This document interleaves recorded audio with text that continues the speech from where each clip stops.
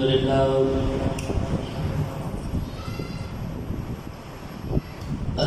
لله نحمده ونستعينه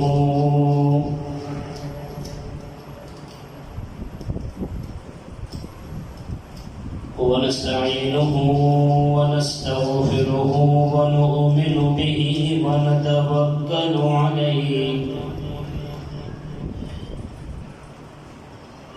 ونعوذ بالله من شرور أنفسنا ومن سيئات أعمالنا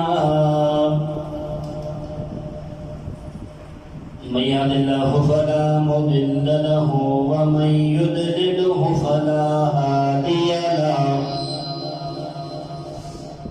وأشهد أن لا إله إلا الله وحده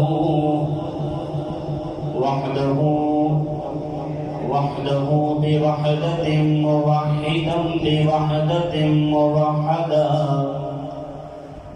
وحيدا وأحدا بلا مدد وجدد ونسب ووصف في الكمال لا شريك له ولا نسير له ولا مثل له ولا مثال له قال الله تبارك وتعالى في القرآن المجيد والعصر إن الإنسان لفي خسر آمنت بالله صدق الله العظيم وصدق رسوله النبي الكريم ببركته إن الله وملائكته يصلون على النبي يا أيها الذين آمنوا صلوا عليه وسلموا تسليما صلاة والسلام عليك يا سيدي يا رسول الله الصلاة والسلام عليك يا سيدي يا حبيب الله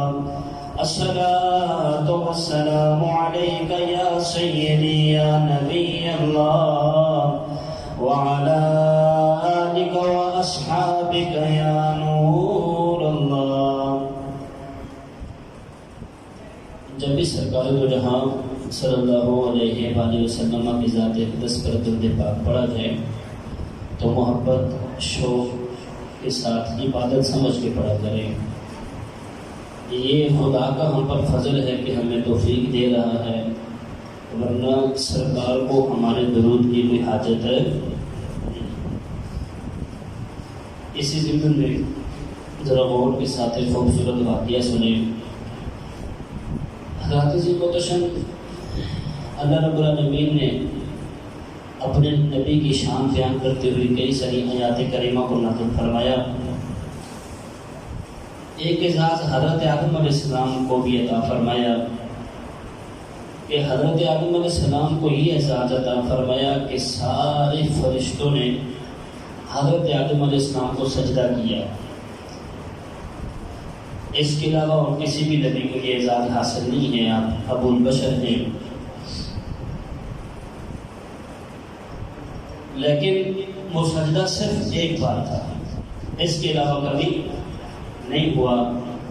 ایک تفسیر والے نے تو ایسے لکھا ہے کہ وہ سجدہ بھی اس وجہ سے کیا گیا تھا کہ حضرت آدم علیہ السلام کی پیشانی میں نور مصطفیٰ چمک رہا تھا، اس وجہ سے بھی ہو سکتا ہے. لیکن سمجھانے کی بات یہ ہے کہ وہ سجدہ صرف ایک دفعہ تھا. لیکن عربی جاننے والوں کو پتہ ہے کہ یہاں پر اس آیت کریمہ میں یصلون کا لفظ استعمال ہوا ہے کہ اللہ بھیجتا ہے، بھیجتا رہے گا درود ہمارے نبی پر. اور کئی لاکھ بھی نہیں، ارب بھی نہیں، کھرب بھی نہیں، پتہ نہیں کتنے فرشتے ہیں جو یہ کام کر رہے ہیں. تو ہمیں ذوق و شوق کے ساتھ درود پاک پڑھنا چاہیے. علامہ نبہانی رحمۃ اللہ تعالی علیہ دار الصادق کے اندر فرماتے ہیں کہ اب دیکھیے فرشتوں کی تعداد کتنی ہے. بس تھوڑا سا مختصر سمجھ انشاءاللہ آپ کو سمجھانے کی کوشش کر رہا ہوں کہ درود پاک پڑھنا سعادت مندی سمجھا کرے، بوجھ نہ سمجھا کرے. یہ اللہ کا شکر ہے کہ ہمیں پڑھنے کی توفیق دیتا ہے. علامہ نبہانی فرماتے ہیں کہ اس سے پہلے کہ حدیث بات ہے کہ سرکار نے فرمایا کہ ایک مرتبہ ایسے ہوا کہ عرش جو تھا، عرش یہ چرچراہٹ پیدا ہوئی اس کے اندر. اور عرش کا چرچرانا یہ اس کی شان شیان ہے۔ اب جیسے کہ اسٹیج ہو، اب وزن سے زیادہ بندے اگر بیٹھ جائیں، 10 کی گنجائش ہے، 50 بیٹھ جائے، 25 بیٹھ جائے تو چرچراہٹ پیدا ہوتی ہے۔ تو سرکار نے فرمایا کہ عرش کے اوپر ایک پاؤں کے برابر بھی ایسی جگہ نہیں ہے کہ جہاں پر فرشتے موجود ہیں، اتنے زیادہ فرشتے۔ پھر علامہ نبہانی رحمۃ اللہ علیہ فرماتے ہیں کہ انسان کا 10واں حصہ، جنات کا 10واں حصہ انسان ہے پوری کائنات کے اندر۔ جنات کا کتنا؟ 10واں حصہ۔ آپ نے سنا ہوگا روایات کے اندر کہ اگر ایک بچہ پیدا ہو تو ساتھ اس کے 2 جنات بھی پیدا ہوتے ہیں، ٹھیک ہے۔ اب مسلمانوں کی تعداد 8 ارب کے لگ بھگ ہے، 8 ارب کے لگ بھگ ہے، تو پھر جنات کی کتنی ہوئی؟ 80، ٹھیک ہے جی، کیونکہ 10 گنا زیادہ ہیں۔ تو فرمایا جنات اور انسان ملائے جائیں تو جو خشکی پر جانور ہیں یہ اس کا 10واں حصہ بنتے ہیں، اور جو خشکی پر جانور ہیں یہ ملائے جائیں سارے، یہ تو جتنے پرندے ہیں یہ ان کا 10واں حصہ بنتے ہیں۔ آپ سمجھ رہے ہیں بات؟ ذرا غور سے سنیے گا۔ جانور سارے ملائے جائیں تو جو پرندے ہیں یہ ان کا 10واں حصہ بنتے ہیں۔ تو فرمایا جتنے اب خود دیکھیں کہ ایک درخت کے اوپر کئی 100 بھی پرندے بیٹھے ہوتے ہیں، ہم اس بات کا اندازہ نہیں لگا سکتے، طرح طرح کے پرندے ہوتے ہیں۔ تو فرمایا اب وہ پرندے 10واں حصہ ہیں ان کا، کہ جناب والا جو سمندر کے اندر اللہ کی مخلوق ہے یہ اس کا 10واں حصہ ہے، اور 67% پانی ہے، ٹھیک ہے، 67% پانی ہے۔ اب خود دیکھیں کہ سمندر میں بلکہ ایک جگہ پر فرما رہے تھے عالم دین صاحب کہ وہ کہتے ہیں کہ جی اگر پوری کائنات میں سے کھانے پینے کا اناج سارا ختم ہو جائے نا تو پھر بھی جتنے مخلوق سمندر کے اندر ہے نا اس سے 100 سال پورا اللہ پاک مخلوق کو فائدہ پہنچا سکتا ہے۔ مطلب اناج ختم بھی ہو جائے تو پھر بھی ہم مر نہیں سکتے۔ اب یہ ساری مخلوق مل کر نا سمندر کے لیے، تو پہلے آسمان پر جو فرشتے، پوری کائنات کے اندر جو فرشتے یہ ان کا 10واں حصہ ہے۔ اب 80 ارب فرشتے پہلے آسمان تک ہیں، اب پہلے آسمان پہ جو دوسرا آسمان ہے پھر 10 گنا زیادہ فرشتے وہاں پر، پھر دوسرے سے تیسرا تو یہ ان کا 10واں حصہ، اب تیسرے سے چوتھا یہ ان کا 10واں حصہ، اب چوتھے سے 5واں، یہاں تک کہ جو 7واں آسمان ہے عرش کی کرسی کے نزدیک جو فرشتے ہیں یہ ان سب فرشتوں کا 10واں حصہ ہے۔ اب یہ کرسی کے نزدیک جتنے فرشتے ہیں اب ان کا 10واں حصہ، اب اتنا ہوتا ہے کہ عرش کے جو پردے ہیں اب اس کے جو ایک پردہ ہے اس کے قریب یہ سارے فرشتوں کا 10واں حصہ بنتا ہے، اور عرش کے جو پردوں کی تعداد ہے وہ ہے 6 لاکھ۔ سمجھ آئیے بات کو آپ کو، 6 لاکھ عرش کے پردوں کی تعداد ہے۔ اب آپ خود سوچیں، اربوں بھی نہیں، اب تو کریڈٹ ختم ہو جاتا ہے، کمپیوٹر بھی کریں تو کمپیوٹر بھی جواب دے دیتا ہے، پتہ نہیں کتنے ارب خرب کی پتہ نہیں کتنے فرشتے ہیں، ان کا کام کیا ہے؟ ایک ہی کام ہے، یصلون علی النبی، بلند آواز سے بولیں سبحان اللہ۔ ایک ہی کام ان کا ہے، فرشتوں کے تم نے ہر وقت مصطفیٰ کی ذات پہ درود بھیجنا ہے، اور اگر امتی کو موقع مل جائے تو خوش قسمتی سمجھا کرو اس کو کہ اللہ کا شکر ہے کہ اللہ نے ہمیں اس قابل تو بنایا کہ سرکار کی ذات پر درود پڑھنے کی توفیق عطا فرمائے۔ تو مل کر پڑھیں الصلاۃ والسلام علیک یا سیدی یا رسول اللہ وعلی آلک واصحابک یا سیدی یا حبیب اللہ۔ جب بھی مسجد میں داخل ہو کر اعتکاف کے لیے فرما دیں، نبی تو سنت الاعتکاف۔ حضرات عزیز محترم، میں نے آپ کے سامنے آیت کریمہ پڑھنے کا شرف حاصل کیا، اللہ پاک کا کروڑا شکر ہے کہ اس نے ایک مرتبہ پھر ہم سب کو مل بیٹھ کر اپنے پیاروں کا ذکر کرنے کی توفیق عطا فرمائی۔ والعصر کی قسم ہے مجھے زمانے کی۔ امام فخر الدین رازی رحمۃ اللہ تعالیٰ نے یہاں پر 4 اقوال ذکر کیے ہیں کہ زمانے سے مراد کیا ہے۔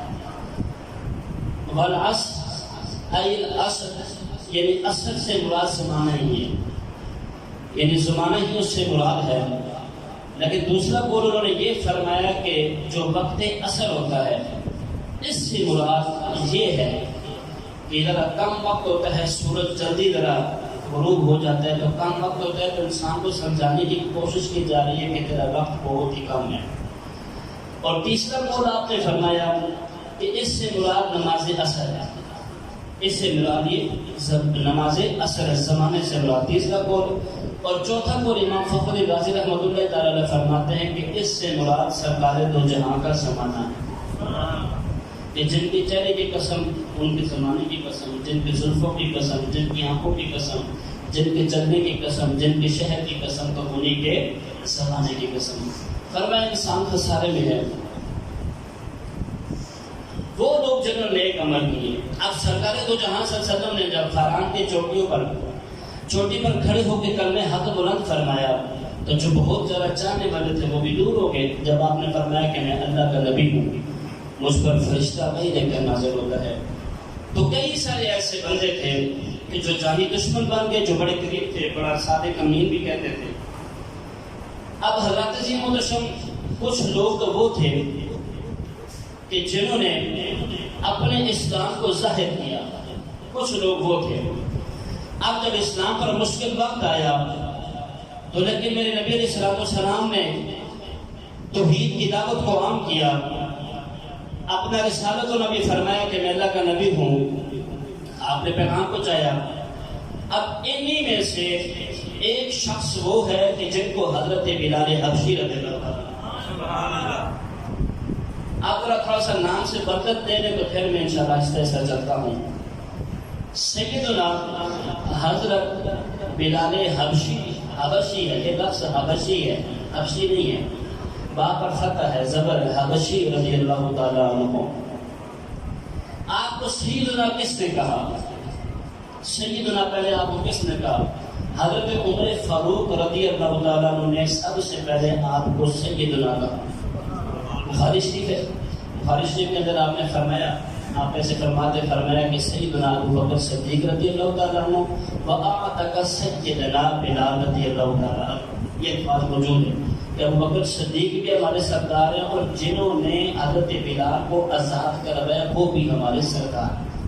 اور ایک جگہ پر مجموع زوائد کے اندر بھی یہ فرمایا کہ حضرت ابو بکر صدیق کی نیکیوں میں سے ایک نیکی حضرت بلال رضی اللہ تعالیٰ عنہ۔ یہ بلال بھی پڑھ سکتے ہیں، بلال بھی پڑھ سکتے ہیں اور بلال بھی پڑھ سکتے ہیں۔ پہلے اس کا بلال کا مطلب ہوتا ہے تریم آیت۔ اب آپ کے ذہن میں ہوگا تریم آیت، تری سے مراد وہ جو ثابت کو تریم وہ نہیں ہوتی، جو نمی ہوتی ہے اس کو تریم کہتے ہیں۔ یعنی کہ پانی کی اتنی مقدار کی ایک بوند بھی اگر گلے تک پہنچ جائے تو تری کو محسوس کیا جائے، اس کو کہتے ہیں تریم آیت۔ بلال حبشی، آپ حبشہ کے رہنے والے تھے تو آپ کو بلال حبشی رضی اللہ تعالیٰ عنہ کہا جاتا ہے۔ آپ مؤذن رسول ہیں۔ اب اور بھی کئی لوگ، اب بلال نام کے کم از کم 15 سے 18 صحابہ تھے، ٹھیک ہے جی، جن کا نام بلال تھا، لیکن بلال بن رباح جن کا نام تھا وہ صرف بلال حبشی رضی اللہ عنہ، ٹھیک ہے، جن کو اللہ اپنے بڑی شان عطا فرمایا۔ آپ نے ذرا غور سے سنیں، اس کی پہلی بات ہے آپ نے کبھی نہیں سنی ہوگی، میں کچھ انشاءاللہ گزارش آپ کے سامنے پیش کروں۔ اب بلال حبشی رضی اللہ تعالیٰ عنہ سردار بھی ہیں، مؤذن رسول اس دن کو کہا جاتا ہے کہ اب اگر یہاں ندیم بھائی اور عبید بھی اذان دیتے تو ہو سکتا ہے ساتھ ہی مسجد میں بھی اذان ہو رہی ہو، ٹھیک ہے، پاکستان میں تو باہر کسی اور علاقے میں بھی اذان ہو رہی ہو، لیکن جب حضرت بلال حبشی رضی اللہ تعالیٰ عنہ نے 2 ہجری کو اذان دی تھی نا، جب آپ نے اذان دی تھی اور کسی نے بھی اذان اس وقت اس لیے آپ مؤذن رسول ہیں۔ اور مؤذن رسول عبید بھی یہ کوئی چھوٹی بات نہیں ہے، یہ حضرت علی نے سرکار سے کہا تھا کہ میرے بیٹے امام حسن اور حسین کو بھی شرف عطا فرما دے، تب امام مجموع الفوائد کے اندر یہ بات موجود ہے۔ بات فرماتے ہیں کہ میرے بچوں کو بھی شرف ملنا چاہیے کہ ان کو بھی مؤذن رسول کہا جائے، لیکن یہ صرف لقب حضرت بلال حبشی رضی اللہ تعالیٰ ابھی دونوں کی ہے۔ اب حبشہ کے رہنے والے تھے، غلام تھے، محسن تھے، آپ کو اللہ نے بڑی عطا فرمائی۔ اور یہ وہ شخص ہیں حضرت بلال حبشی رضی اللہ تعالیٰ عنہ نے کہ جنہوں نے کعبۃ اللہ کی چھت پر کھڑے ہو کر اذان دی، اور بلند آواز سے بولے سبحان اللہ۔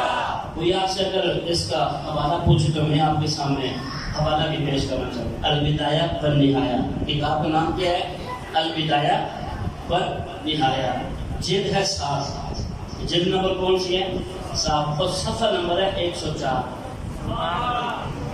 آپ نے کعبۃ اللہ کی چھت پر کھڑے ہو کے اذان دی. بعض لوگ کہتے ہیں کہاں پر لکھا ہے؟ تو البدایہ والنہایہ جلد نمبر 7 صفحہ نمبر 104 پر موجود، آپ پڑھ سکتے ہیں. اب حبشہ کے آپ رہنے والے تھے لیکن غلام پر غلام تھے. آپ کے والد حضرت رباح رضی اللہ تعالیٰ عنہ، وہاں کا نام تھا حمامہ. اب آپ کے غلام تھے والد محترم کے، تو یہ وہ کام کرتے تھے کہ جو ہوتے چمڑا وغیرہ، ان کو جو کیمیکل لگتا ہے چمڑے کو، وہ جو کیمیکل لگاتے تھے، یہ ان کے والد صاحب نے یہ کام کرتے تھے، یہ چمڑے کو نہ کیمیکل لگایا کرتے تھے. اب کیمیکل کے اندر خطرناک چیزیں بھی ہوتی ہیں، تو ان کو نہ اس کی وجہ سے ٹی بی ہو گیا. ان کے والد محترم کو، رباح کو، حضرت بلال حبشی بن رباح رضی اللہ تعالیٰ، آپ کے والد محترم کو ٹی بی ہو گیا تو کھانسی وغیرہ زیادہ آنا شروع ہو گئی. تو غلام بھی تھے، تو غلاموں کو تو جانوروں سے بدتر سلوک کیا جاتا تھا پہلے. اب حضرت جی متشم جب ان کو ٹی بی ہوا تو بیماری بڑھتی گئی، لیکن غلام تھے. جب ایک بچہ پیدا ہوا، پھر ایک بیٹی پیدا ہوئی، پھر 508 کے اندر حضرت بلال حبشی کی ولادت، اور آپ کی ولادت مکہ میں ہوئی ہے. ٹھیک ہے، آپ کی ولادت مکہ میں ہوئی تھی، آپ بڑی محبت کرتے ہیں. حضرت بلال حبشی خود فرماتے ہیں کہ جب میں 5 سال کا ہوا نا، میں نے کچھ سمجھنا سیکھنا شروع کیا. تو ایک مرتبہ میں اپنے کمرے میں تھا، تو کمرے سے میں جیسے ہی باہر نکلا تو مجھے نا آواز ہے اپنے والد محترم کی، کہ جو میری ماں کو کہہ رہے تھے کہ میرا دل کرتا ہے میں بلال کو اپنے ہاتھ سے قتل کروں. حضرت بلال حبشی خود فرما رہے ہیں، حضرت بلال حبشی خود فرما رہے ہیں کہ میری ماں، میرے والد صاحب یہ کہتے ہیں میری ماں سے، حمامہ سے، کہ میرا دل کرتا ہے کہ میں اپنے بیٹے کو قتل کر دوں. تو فرمایا کیوں؟ کہا کہ میں بھی غلام ہوں، آگے تو زمانہ بہت زیادہ خوفناک آئے گا، تو میرے بیٹے پر بھی ظلم و ستم کیا جائے گا. تو آپ کی ماں رونا شروع ہوگی کہ جی اللہ نے ہمیں دیا، ہمیں ملا ہے تو خوبصورت، مجھے بہت پسند ہے ذرا بیٹا، بڑا بچہ ویسے بھی ذرا پسند ہوتا ہے ماں باپ کو. کہا جی مجھے سے بڑی لگن ہے تو تمہارے سامنے میں ہاتھ جوڑتی ہے، اس کو قتل نہ کر. اب آپ کو قتل نہیں کیا گیا، تو بلال حبشی خود فرماتے ہیں اب آپ کو قتل نہیں کیا گیا، آپ بڑے ہوئے تو غلام ہو گئے.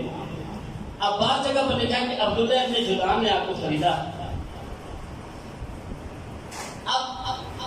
آپ نے نا وہ غلام بنتے بنتے بنتے بنتے عبداللہ ابن جدعان تک پہنچ گئے.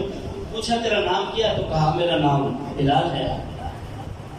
تو کام کر سکتا ہے؟ فرمایا میں سارے کام کر سکتا ہوں، لیکن جو ایک میں نے پڑھا اس کا یہ تھا کہ ابی بن خلف، امیہ، اس نے خریدا. پوچھا تھا امیہ کو نا یہ بڑے اچھے لگتے تھے، یہ بڑے ایماندار تھے. امیہ جب ان کو کام دیتا تھا تو بڑی ایمانداری کے ساتھ یہ کام کیا کرتے تھے.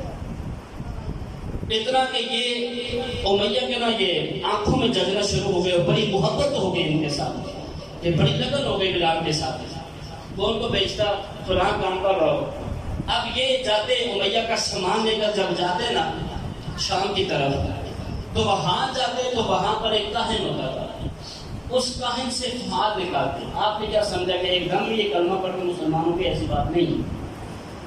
آپ کاہن کے پاس گئے اور کہا کہ یہ میں قافلہ لے کے جانا چاہتا ہوں، تو فہاد نکال. اس نے فہاد نکالا تو کہا نہ لے کر جا. انہوں نے تھوڑے سے پیسے زیادہ دیے تو اس نے کہا لے جا. یہ تب سمجھ گئے تھے کہ یہ کیسے رب ہو سکتے ہیں کہ جو پیسوں پر بک جاتے ہیں. اب کاہن کی جولی میں جا رہے تھے پیسے، جیب ہے، یہ جیب ہے لفظ، جیب نہیں جیب لفظ، جیب ہے، جیب زبر یا جیب، یہ جیب اصل بولا جاتا ہے. اب جو جیب کے اندر یہ پیسے گئے تو ان کے دل کے اندر ایک کڑھاس ہوئی کہ ایسے کیسے ہو سکتا ہے کہ یار یہ ہمارے جو خدا یہ پیسوں سے بک جاتے ہیں. اتفاق ایسا ہوا کہ ابو بکر صدیق بھی آ گئے سامان لے کر. اب حضرت ابو بکر صدیق جب آئے نا تو ابو بکر صدیق نے شان بیان شروع کر دی، شان نشان بیان کرنا شروع کر دی سرکار کی، کہ ہمارے سرکار دو جہان ہیں، اللہ کے نبی ہیں، وہ غلاموں سے بڑا پیار کرتے ہیں، بڑا پیار کرتے ہیں. اب وہاں کعبہ کے پاس ہی نا عمر بن عشام، یہ ابو جہل، عتبہ، شیبہ، امی، یہ سارے بڑے بڑے منافق ہیں. جب ابو بکر صدیق نے کہا نا وہ اللہ کو کہتے ہیں کہ اللہ رب العالمین کے مجھ پر وحی نازل ہوتی ہے، تو پھر نا سرکار بھی تھوڑا سا آگے تشریف فرما تھے مکے کے اندر کعبہ کے پاس. اب حضرت بلال نا جاتے تھے کعبہ میں. اب یہاں سے اندازہ لگائیں کہ خود جانے میں اور سرکار کے جانے میں فرق کیا ہے. اب حضرت بلال جاتے تھے کعبہ میں، وہاں گھٹنوں ٹک کے سجدہ کرتے تھے.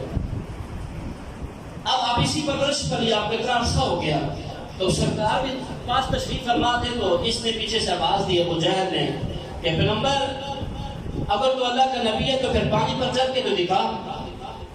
پھر امیہ بولا، اس نے بھی ایسے باتیں کی آپس میں، لیکن سرکار تو جہاں کچھ بھی نہیں فرمایا، آپ تشریف لے لیں.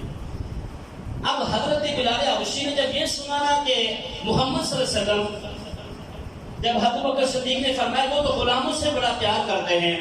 اب ہوا یہاں تک کہ جتنے بھی غلام تھے سارے دھوپ میں موجود تھے، اور جتنے بھی سردار تھے سارے سائے میں موجود تھے. لیکن جب اسلام کا آپ رنگ دیکھتے ہیں، اسلام سے پہلے غلام دھوپ کی جگہ پر کھڑے ہیں اور جو مالک ہے وہ چھاؤں میں کھڑے ہیں. لیکن اب بیت المقدس کی فتح پر آپ دیکھتے ہیں تو غلام سوار ہے، آقا جناب پکڑ کے چل رہا ہے، وہ اونٹ کی رسی پکڑ کے چل رہے ہیں، وہ عمر فاروق اور غلام سوار ہے. اب بلال حبشی نے یہ سنا کہ وہ غلاموں سے بڑا پیار کرتا ہے، اب غلاموں سے بڑا پیار کرتا ہے. آپ کے دل کے اندر سرکار کی تڑپ پیدا ہو گئی. اب سرکار کی جب تڑپ پیدا ہوئی تو کچھ عرصہ ایک جگہ پر یہ میں نے پڑھا ہے کہ جب سرکار ابو بکر صدیق کو لے کر غار میں چلے گئے، اب وہاں پر اب امیہ نے ان کی ڈیوٹی لگائی کہ تو بکریاں چرا. اب بلال حبشی کو بکریاں، حبشی رضی اللہ عنہ کو بکریاں دے دی گئی. اب آپ ایک دفعہ بکریاں چراتے چراتے اس غار کے قریب پہنچی، خوشبو مصطفیٰ آ گئی. اب جیسی میرے مصطفیٰ کی خوشبو آئی، سرکار نے دیکھا ایک غلام ہے. بات لوگ نا بہت زیادہ کچھ ذرا کہ بلال حبشی کالا رنگ کہہ دیتے ہیں، ایسی بات نہیں ہے، ان کو ایسا نہیں کہنا چاہیے. ٹھیک ہے، اتنے زیادہ ان کا نہیں سرخی میدان تھا، اتنا کالا بھی نہیں تھا. حبشی یہ آپ کو پتہ ہے حضرت نوح علیہ السلام کے بیٹے حام کے بات نہیں تھے. حبشی حضرت نوح علیہ السلام کے بیٹے حام تو لاکھ میں سے ذرا ادب سے بات لوگوں میں نے خود ان کو بیان کرتے سنا، وہ حبشی وہ کالے رنگ کے تھے، تو یہ اتنے ہمیں یہ ہماری تہذیب ہماری شریعت یہ نہیں، ذرا تھوڑا سا ادب کے دائرے میں الحمدللہ ادب کرنے والے ہیں. آپ کو پتہ چلا الحمدللہ سنت کے اندر یہ الحمدللہ ادب کرتے ہیں.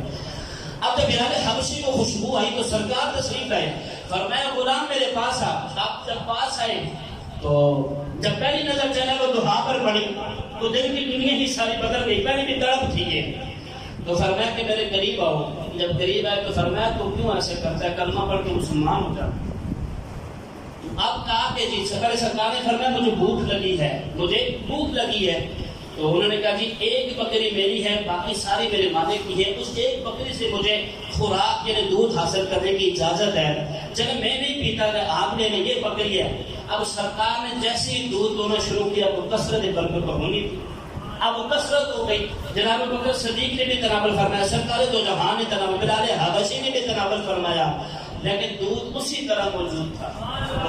اب دودھ اسی طرح موجود تھا. جب یہ بکریاں لے کر واپس گئے نا، کلمہ تو انہوں نے پڑھ لیا تھا. اب جب یہ لے کر بکریاں واپس گئے نا، بھی ظاہر نہیں کیا تھا کہ میں کلمہ پڑھ کے مسلمان ہو گیا ہوں.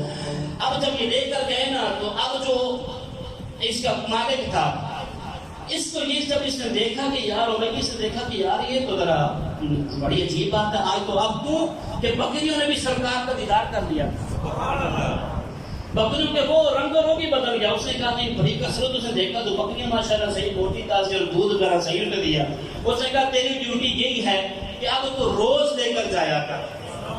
اور بلال حبشی تو چاہتے یہی تھے کہ میں روز لے کر جاؤں اور سرکار دو جہاں کا دیدار کروں. ان کو تو چاہیے تھا، لیکن 3 دن کا عرصہ گزرا. اب ابو جہل کا یہ تھا تو جہل قسم کا انسان، لیکن یہ اس نے کیا کہ جب بکریوں کی یہ حالت دیکھی نا، تھا کافر، پکا کافر، دوست کی جہنمی ہے ابو جہل، یہ کافر ہے. جب اس نے یہ حالت دیکھی، اس کا عقیدہ چیک کرو، اب اس کا نظریہ چیک کرو، اب اس کا نظریہ دیکھو. اس نے کہا کہ بکریوں کی حالت بدل گئی ہے. اس نے بھائی کو بلایا کہ یار میری پاس سنی تیری بکری تو پہلے بڑی لاغر تھی، بڑی تندرست تو تھا نا. اس نے کہا تو میں نہیں پتا کہ یہاں پر چراغ ہے، چراگاہ ہے، وہاں پر یہ میرا غلام بلال لے کر جاتا ہے. تو کہا یہ بات نہیں ہے، میں یقین قسم اٹھا کر کہتا ہوں کہ ان بکریوں نے اور اس بلال نے محمد عربی کی زیارت کر لی ہے. ارے کافر ہے یار، کافر ہے. اس جگہ میں قسم اٹھا کر کہتا ہوں، یہ روایت کے لفظ موجود ہے، کہا میں قسم اٹھا کر کہتا ہوں کہ اس بلال کو پتا ہے کہ سرکار دو جہاں کہاں ہے. اتنے کرتے میں بلال پر پابندی لگ گئی. پھر ایک وقت ہوا حضرت بلال ہنہنا رہے، میرے جا رہے ہیں۔ اب سرکار نے جب کسی کے رونے کی آہت کی آواز سنی، میرے مصطفیٰ قریب سے گزرے، جب اندر دیکھا تو بلال حبشی وہاں پر موجود تھے۔ اب حضرت بلال حبشی کے پاس میرے سرکار گئے، کہا کہ بلال حبشی تجھے کیا ہوا ہے؟ کہ اللہ کے نبی میرا جو مالک ہے مجھ پر بڑا ظلم کرتا ہے، اس نے مجھے بڑا مارا، کیونکہ اس وجہ سے کہ سارا دن میں جناب والا بکرے کو چلاتا ہوں، اس کے کام کے سارے میں کام کرتا ہوں۔ اب یہ مجھے کہہ کر گیا ہے کہ اگر یہ جتنے بھی دانے ہیں تو نے چکی میں اگر صبح تک نہ پیسے تو میں صبح تیری سزا میں اور جناب والا اضافہ کر دوں گا۔ میرے سرکار نے فرمایا بلال آرام تو کر، چکی میں چلاؤ۔ بلال تو پریشان کیوں ہوتا ہے؟ میں ہوں نا۔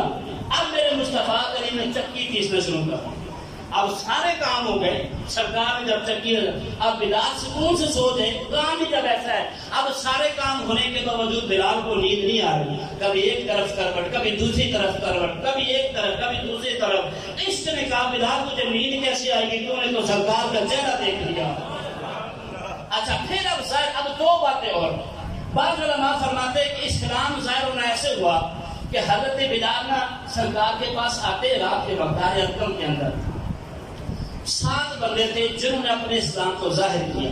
یہ 7 ایسے بندے تھے، ایک حضرت مقداد رضی اللہ تعالیٰ عنہ، ایک حضرت صہیب رضی اللہ تعالیٰ عنہ، اور ایک حضرت بلال، ایک سرکار دو جہاں، ایک ابو بکر صدیق، اور ایک وہ جو تھی جن کو ابو جہل نے، کیا نام تھا ان کا، ابو جہل نے دونوں جناب ان کے جسم کے ٹکڑے کر دیے تھے۔ اب یہ عمار بن یاسر کی معاملہ، سمیہ، عمار بن یاسر 6 اور حضرت سمیہ 7، ان 7 نے ظاہری طور پر کلمہ پڑھا تھا۔ اب بلال حبشی نا، حبشی جب یہ آئے، ایک دفعہ ایسے ہوا کہ جب آپ رات کے وقت یہ دیکھا تو جو بدھ کا صنم، اب بدھ کے پاس گئے تو اس کا ہاتھ سونے کا تھا۔ آپ قریب گئے تو آپ نے کہا کہ تو اپنے آپ کو خدا کہتا ہے، یہ قریش کا یہ بدھ تھا۔ کہا کہ تجھے سارے خدا کہتے ہیں لیکن تیرے اندر اتنی طاقت نہیں ہے کہ میں اگر تیرے منہ پر تھوک دوں تو اپنا تھوک صاف، اپنے چہرے سے تھوک تو صاف نہیں کر سکتا۔ تو بلال حبشی نے اس کے منہ پر تھوکا اور تھوک کر کہا کہ تو اگر خدا ہے تو پھر صاف کر۔ تو ایک غلام نے دیکھ، وہ بندہ چھپ کر دیکھ رہا تو اس نے دیکھ لیا اور فوراً چلا گیا۔ عبداللہ ابن جذام خان نے یہ بات کی کہ کہاں چلا گیا؟ اس نے کہا کہ تمہیں نہیں پتا تمہارا غلام جو ہے یہ کلمہ پڑھ کے مسلمان ہو گیا، لیکن اس نے اسلام ظاہر نہیں کیا۔ تو اس نے راتوں رات ابئی کو بلایا، اور ابو جہل، یہ دونوں بہت ظالم تھے، امیہ، اور یہ دونوں بہت ظالم انسان تھے۔ اس نے کہا یار میں بغیر کسی طرف کے میں تجھے غلام دیتا ہوں، اس کو رکھ۔ اب حضرت بلال حبشی کے یہ سب، اور دوسرا یہ ہے وہ کہتے ہیں کہ ایک مرتبہ ان کے دوست تھے عمار بن یاسر رضی اللہ تعالیٰ عنہ، انہوں نے بھی کلمہ پڑھ لیا تھا ظاہر۔ عمار بن یاسر کو جب وہ اس کے پاس آئے تو انہوں نے کہا میں صبح پوچھوں گا، جب صبح نہار ہوگی میں تیرے سے پتہ کروں گا کہ بلال نے کلمہ پڑھ لیا کہ نہیں پڑھ لیا۔ اب یہ اتفاق ایسا ہوا کہ عمار بن یاسر کو کچھ لوگ مار رہے تھے۔ ایک بات یہ بھی میں نے پڑھی کہ عمار بن یاسر کو جب لوگوں نے مارا تو عمار بن یاسر نے چھپتے چھپتے، پہلی بات یہ غبار میں آئے، وہاں پر حضرت ابو بکر سے بلال حبشی نے کہا کہ تمہیں یہ لوگ سارے کیوں مار رہے ہیں؟ اس سے پہلے اسلام لانے سے پہلے کہا جی کہ میں کہتا ہوں کہ میرے مصطفیٰ نے فرمایا کہ اللہ ایک ہے، قل هو اللہ احد، اللہ ایک ہے، اللہ ایک ہے۔ بلال حبشی نے کہا، سیرت نگاروں نے کہا، بلال حبشی نے کہا جی اگر 360 خدا بدھ رکھے ہوں کعبے میں، وہ 360 میں اتنا نظام نہیں چلا سکتے تو ایک خدا کیسے چلا سکتا ہے؟ تو فرمایا عمار تجھے کس نے کہا؟ کہا مجھے مصطفیٰ نے کہا۔ فرمایا پھر مصطفیٰ نے سچ کہا، اللہ ایک ہے۔ اب یہاں سارے کافر موجود ہیں۔ عمار بن یاسر کو جب مارا گیا، امیہ یہ تھا، یہ جب مار کے تھکا نا جن کا مالک تھا، اس نے کہا کہ بلال میری بات سنو، یہ کلمہ پڑھتا یہ کہتا ہے کہ اللہ ایک ہے، تم ایسا کرو، یہ درہ ہے نا کوڑا، یہ اس کو مارو۔ اب آپ نے جیسے ہی کوڑے کو اٹھایا نا وہ مارنا چاہا، اب جیسے ہی مارنے لگے نا تو عمار بن یاسر کے قریب ہے، عمار بن یاسر نے کہا کہ تم نے اپنے اسلام کو ظاہر نہیں کرنا، شریعت اجازت بھی دیتی ہے، تم نے نہیں کرنا، مجھے مار دو 2-3 کوڑے۔ آپ نے فرمایا اچھا ٹھیک ہے مار دیتا ہوں۔ اب جیسے قریب ادھر دیکھا تو وہ ابو جہل کھڑا تھا، سارے کھڑے تھے، جتنے بھی کافر کھڑے تھے منافق۔ تو بلند آواز سے آپ نے کہا، فرمایا مار کرنے کی بات کیا ہے، اور سن لو مکے کے کافروں اور منافقوں، عمار بن یاسر کو اکیلا نہ سمجھنا، میں بلال بھی اس کے ساتھ ہوں۔ فرمایا عمار بن یاسر کو اکیلا نہ سمجھنا، میں بلال بھی اس کے ساتھ ہوں۔ اب سارے کافر دیکھ کر حیران ہو گئے۔ نہیں سکا اور کہا کہ بلال کو ہوش میں تو ہے، پر میں ہوش میں کہتا ہوں کہ قل هو اللہ احد، اللہ ایک ہے، پر میں مجھے اتنا پتا ہے کہ تم مجھے مار دے گا، لیکن مجھے اپنی جان کی فکر بھی نہیں ہے۔ امیہ نے ظلم کرنا شروع کر دیا، اتنا مارا تھک گیا، اور رات کو پھر صبح جب ہوئی، رات ساری غلام مارتے رہے حضرت بلال حبشی کو، لیکن بلال کے منہ سے ایک ہی لفظ نکلتا تھا کہ اللہ ایک ہے، احد احد کے لفظ سے صدا تھی کہ اللہ ایک ہے، اللہ کی سوا کوئی بھی معبود نہیں ہے۔ یہ جتنے بھی تو بت ہیں یہ سارے کے سارے جناب غلط تو یہ دوغرے ہیں، یہ جھوٹے لعنتی ہیں، اللہ ایک ہے جو ساری کائنات کی جناب غلط نظام چلا رہا ہے۔ اب اتنے کہنے کے لیے امیہ نے کہا بات سمجھنے کی نہیں ہے، اس نے کہا تو میں کیا کروں، کہا دل کرتا ہے میں بلال کو قتل کر دوں۔ ابو جہل نے کہا تو نے قتل کیا تو تیری داغ کم ہو جائے گی، لوگ تجھے جناب والا کمزور اور نہ مرد سمجھیں گے کہ ایک غلام کو بھی تو نہیں سنبھال سکا، ایسا کر کے اس کو میں تکلیف دیتا ہوں۔ اس سے پہلے تو امیہ نے کیا کیا کہ آپ کے گلے میں رسی باندھی اور رسی باندھ کر اوباش لڑکوں کے ہاتھ میں پکڑا دیے۔ اب جس طرح جانور کو بھی ہم نہیں گھسیٹتے، انہوں نے جانوروں کی طرح حضرت بلال حبشی کو گھسیٹا۔ اب کوئی پوچھتا کہ کیوں اس کے ساتھ تو یہ کر رہا ہے، تو کہتا ہے یہ اس وجہ سے کہ یہ ہمارے معبودوں کو ٹھکرا کر ایک اللہ رب العالمین کی وحدانیت کا اقرار کرتا ہے، میں اس لیے اس پر اتنا ظلم کر رہا ہوں۔ تو وہ بھی کہتے تھے ٹھیک ہے تو اس کے ساتھ ایسا ہی کر۔ ایک مرتبہ پھر ایسے ہوا، کسی نے کہا بلال اگر تیرا رب سچا ہے، تیرا رسول سچا ہے تو وہ تیری مدد کیوں نہیں کرتے؟ تو بلال حبشی نے کہا میری بات سن، میرا اس پر یقین ہے، میرا خدا بھی سچا ہے، میرا مصطفیٰ بھی سچا ہے، میرا عقیدہ بھی سچا ہے، میرا ایمان بھی سچا ہے، لیکن بات یہ ہے ارے سنو مجھ سے یہ پوچھنے والوں کہ اگر تمہارا خدا سچا ہے تو تمہیں پھر چھڑاتا کیوں نہیں ہے، تمہیں کیسے عذاب کیوں نہیں کرواتا؟ فرمایا اگر تم بازار میں جاؤ اور کوئی مٹی کا برتن لو تو 10 دفعہ اس کو ٹھوک بجا کر لیتے ہو، کہیں کچا تو نہیں ہے؟ میرا رب اور میرا مصطفیٰ مجھ کو آزما رہے، تو آج یہ کرو کہ میں اللہ کی آزمائش سے پورا دعا کرو کہ میں اس آزمائش میں ہم تو نا احسان کرتے ہیں، اگر غلطی سے ایک بھی نماز پڑھ لینا، میں تو یہ کہتا ہوں کہ اللہ کا شکر ہے کہ اللہ ہمیں نماز پڑھنے پر سزا نہیں دیتا۔ غور سے آپ ساری متوجہ ہو گئے، میں نہیں چاہتا ہوں کہ آپ متوجہ ہوا کر، اللہ ہمیں نماز پڑھنے پر سزا نہیں دیتا۔ کیوں کہ ہم ایسی نماز پڑھتے ہی نہیں ہیں، ہم اگر ایک ٹوٹا پھوٹا سجدہ ہی کرتے ہیں تو پھر بھی اللہ پر ہم احسان جلاتے ہیں، چکراتے ہیں کہ جا کر میں نے نماز تو پڑھی ہے، اس کے بدلے میں مجھے یہ دے۔ یہ بات سمجھنے کی ہے نا، یہ تو اللہ اب وہ ایسی نماز ہے پتہ نہیں ہمارے منہ پر ماری جاتی ہے، ہمارے پر دعا کرتی ہے، ہمیں اس بات کا بھی اندازہ نہیں۔ اور ایک مرتبہ تو بلال حبشی نے کہا اے امیہ، جو امیہ تھا، کہا تجھے امیہ نے کہا بلال مجھے اس بات کی سمجھ نہیں آئی، مجھے اس بات کی سمجھ نہیں آئی، میں جب بھی تجھے مارتا ہوں تو آنکھیں کیوں بند کر لیتا ہے؟ امیہ نے کہا جب بھی میں تجھے مارتا ہوں بلال تو آنکھیں کیوں بند کرتا ہے؟ فرمایا تو نے قانون کو سمجھا نہیں ہے، تو نے قانون کو سمجھا نہیں ہے، جب بھی طالب آنکھیں بند کرے سامنے مطلوب آ جاتا ہے، جب بھی محب آنکھیں بند کرے سامنے محبوب آ جاتا ہے، جب بھی محبوب عابد آنکھیں بند کرے سامنے معبود آ جاتا ہے۔ ارے بلال جب آنکھیں بند کرتا ہے سامنے چلے تو تو مارنے کی بات کرتا ہے، بلال اس لیے آنکھیں بند کرتا ہے کہ جب بھی بلال آنکھیں بند کرتا ہے سامنے سرکار کا جلوہ نظر آتا ہے۔ ارے تو بات مارنے کی کرتا ہے، اگر میرے جسم کے ٹکڑے ٹکڑے کر دیے جائے اور میری روح نکل جائے سامنے چلے گا تو ہاؤ تو بلال کو پھر بھی پتا نہیں۔ پھر ابو جہل نے کہا تیرے بس کی بات ہے تو اس کو مجھے دے۔ اب ابو جہل لے کے چلا گیا بلال حبشی کو، اب بلال حبشی کو لٹایا، تپتی ہوئی ریت پر آپ کو لٹایا گیا۔ آپ نے شعر سنا ہوگا تپتی ہوئی ریتوں پر کرنا پڑے بلال حبشی کو، اس طرف نہیں جانا چاہوں گا۔ اب تپتی ریت آپ خود سوچیں، تپتی ہوئی ریت ہے، آج اسلام بہت آسان ہو، بہت آسان ہو۔ اب اسلام کے لیے حضرت بلال حبشی نے کتنے مالک ہیں، حضرت سمیہ کے جسم کے 2 ٹکڑے ہو گئے، کتنے صحابہ عمار بن یاسر حضرت خبیب کو سولی میں لٹکایا گیا، کتنے یعنی تشدد کیا گیا۔ میں کل ایک رپورٹ دیکھا تھا، میرے نا پاؤں زمین نکل گئی تھی پاؤں کے نیچے سے۔ لبرٹی مارکیٹ آپ کو پتا ہو گیا، میرے گھر کے سامنے تھی لبرٹی مارکیٹ میں ایک یوٹیوبر آتے ہیں، وہاں پر بندہ بتا رہا تھا وہ ڈیلی میں آتے ہیں 60-70 قریب آتے ہیں، وہاں پر ایک میں نام نہیں لینا چاہوں گا میں اپنی زبان ہی گندی کرنا چاہوں کہ لڑکی آتی ہے وہاں پر انٹرویو کرتی ہے کہ اگر تم انڈیا جاؤ گے تو پھر اگر تم اپنا اسلام چھوڑو گے، اگر ہندو مذہب کو اپناؤ گے تو تمہیں کتنا پیسہ ملے گا۔ یعنی ہمارے ملک پاکستان کے اندر وہاں پر کبڈی کے اندر یہاں پہ نیٹ ورک موجود ہے، آپ دیکھ سکتے ہیں۔ مجھے اس لڑکی کا نام یاد ہے پر یہاں پر لینا پسند نہیں کرتا، میرے زبان پاک کو رکھے۔ وہ وہاں پر آ کر یہ کہتی ہے کہ تم ہندو بن جاؤ تمہیں اتنا پیسہ دیا جائے گا۔ ارے اس بیوقوف کو بتاؤ کہ اسلام حاصل کرنے کے لیے، ارے پاکستان حاصل کرنے کے لیے ہمارے نوجوانوں نے، ہمارے بزرگوں نے، ہمارے بوڑھوں نے، ہمارے نوجوانوں نے کتنی قربانیاں دی ہے۔ ادھر بلال کو تپتی ہوئی ریت پر لٹایا جا رہا ہے، اور خالی تپتی ہوئی ریت پر نہیں لٹایا، جو لوہے کی زنجیر تھی وہ ان کے بدن پر لگا دی گئی۔ اب ان کو وہ جو زرہ تھی پہنائی گئی، لوہے کی زنجیر ہو، وہ زرہ ہو، نیچے تپتی ہوئی ریت ہو، ان پر بلال حبشی کا ایک دو زخم پہلے بھی چور کا۔ سوچو مسلمانوں، میں پاک بیان کر کے کہاں سے چلا جاؤں گا، آپ نے بات سن کر کہاں سے چلے جائیں گے۔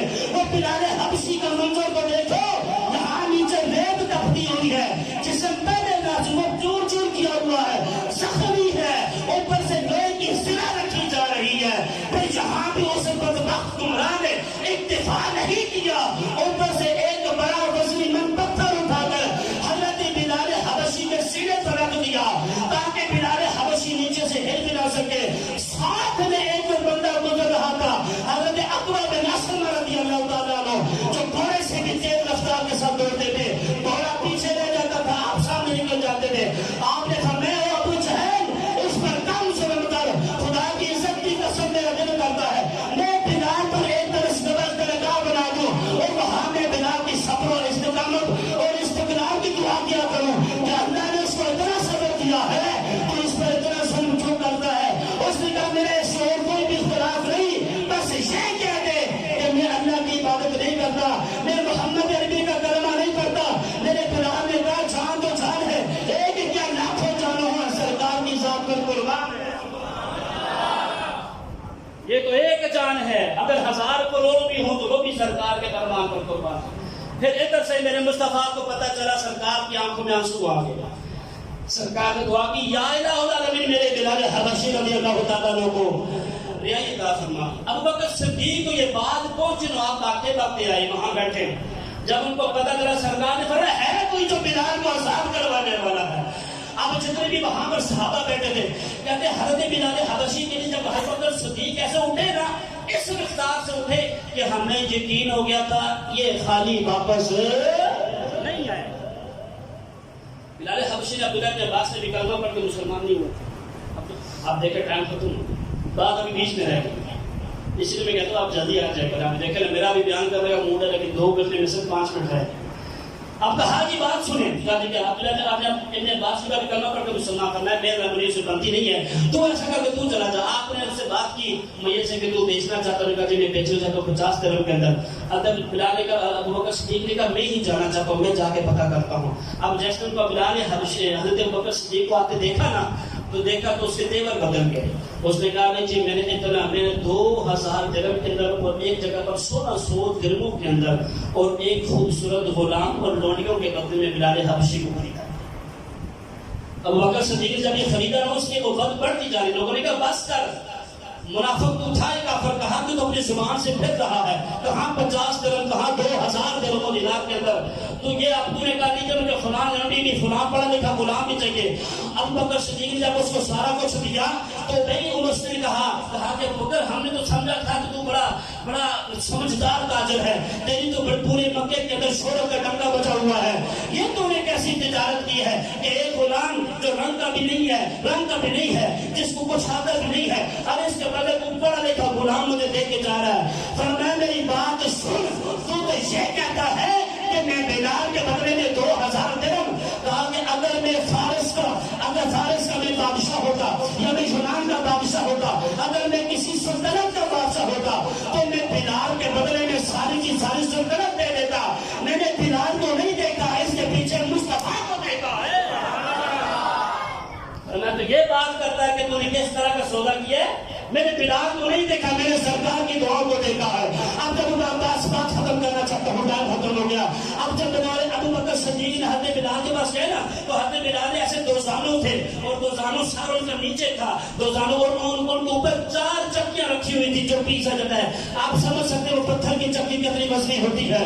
اب 4 چکیاں رکھی تھی, خون سے خون وہ نیچے جا رہا تھا. اب بکر صدیق نے پیار سے ان کو اٹھا کر ایسے ان کو ایک بازو اپنے سہارے میں لیا کندھے پر اور لے کر آئے. بلال نے کہا میرے آقا کہاں ہے, میں آقا کی طرف چلنا چاہتا ہوں. کہا نہیں نہیں, میں ابھی آقا کی بارگاہ سے آ رہا ہوں, میرے مصطفیٰ بلال تیرے لیے بڑا رو رہے ہیں. بلال نہیں, تو ایسا کر, تو پہلے میرے گھر میں چل. اب حضرت بلال حبشی کو جب ابو بکر صدیق اپنے گھر میں لے آئے, اب جب گھر میں لائے تو ان کو چٹائی بچھائی, نیچے بٹھایا, پھر سر میں تیل لگایا, ہاتھ منہ دھلائے اور پیار کے ساتھ ساتھ پیار کرنے کے بعد بلال حبشی کو کہا کہ رو رے جتنا تم نے آج رونا ہے, لیکن سرکار کی بارگاہ میں جا کر رونا. میں ساری کائنات کو تو روتا دیکھ سکتا ہوں, لیکن مصطفیٰ کی آنکھوں میں ایک آنسو دیکھنا بھی برداشت نہیں کر سکتا.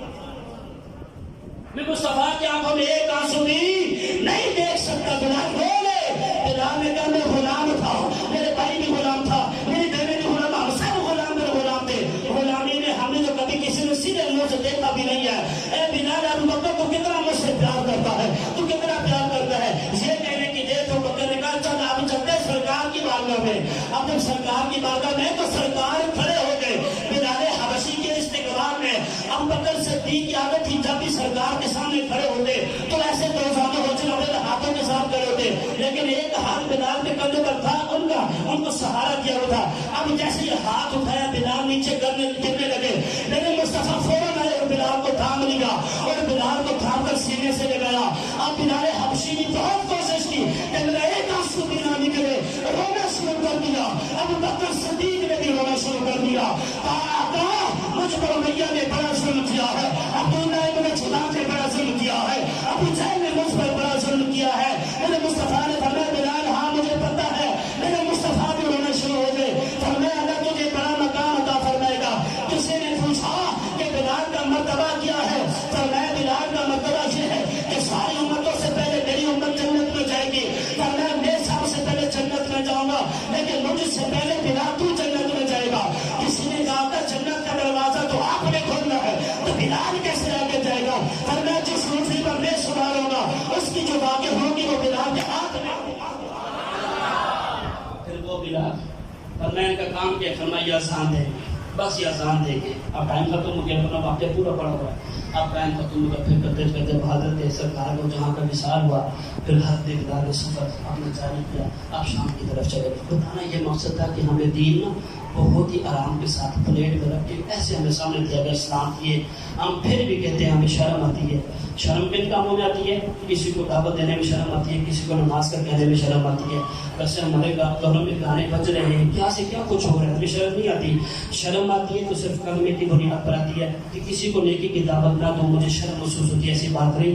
بلال حبشی نے جب کعبے میں عہد کہا تھا کہ اللہ ایک ہے, تب بلال حبشی اکیلے تھے, لیکن جب عمر فاروق نے کہا تھا تو 40 بندے ساتھ تھے.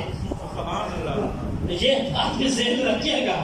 بلال حبشی نے جب کعبے میں کہا تھا قل اللہ احد, ایک مرتبہ ابو بکر صدیق نے کہا کہ بلال آستہ آواز میں کہا, حضرت عمار بن یاسر نے کہا کہ آستہ آواز میں کہا کر احد. فرمایا اچھا تمہاری مان لیتا ہوں, 2 دن نہیں کہا, دن میں کہا احد احد, تو مار نہیں پڑی, کہا مزہ ہی نہیں آیا. تو مسلمانوں سمجھانے کا مقصد ہے آزمائش ہم پر کیا ہے کہ کبھی اولاد کی ضرورت ہے, کبھی مال کی ضرورت ہے. تو جن کو شریعت مصطفیٰ کا پتہ ہوگا وہ تو آزمائش میں پورا اتریں گے. آزمائش آنے ضرور ہے, یہ جسم کا حق ہے, اس کو تکلیف پہنچتی رہے نا تو اللہ بھی یاد رہتا ہے. تو جب بلال حبشی نے احد کہا تھا تو وہاں پر بلال اکیلا تھا, عمر فاروق تو پھر سپورٹ تھی, کیونکہ کافر سرکار کو تو کچھ کہہ نہیں سکتے تھے عبد المطلب کی وجہ سے, اور کیونکہ وہ بڑا ایک قبیلہ تھا. ابو بکر صدیق ذرا مالدار تھا, ان کا قبیلہ بڑا تھا, ان کو کچھ کہہ نہیں سکتا تھا, ان کا بس تو چلتا تھا غریبوں پر. کسی نے کبھی بلال کو مارتے, کبھی عمار بن یاسر کو مارتے, کبھی سہیل کو مارتے, طرح طرح کو انہوں نے ستم لایا. لیکن یہ بھی پتہ نہیں کہ ایسا عشق تھا کہ ہر جان کو جا سکتی ہے, پر زبان سے سرکار کے بارے میں اللہ رب العالمین کا کبھی بھی عقیدہ توحید ہے, زبان سے کبھی بھی نکال جان جا سکتی ہے. جان تیری ہے, تو میرا مالک ہے, پر جو میری روح ہے وہ مصطفیٰ کی غلام ہے. میرے مصطفیٰ کی غلام اللہ پاک اس بات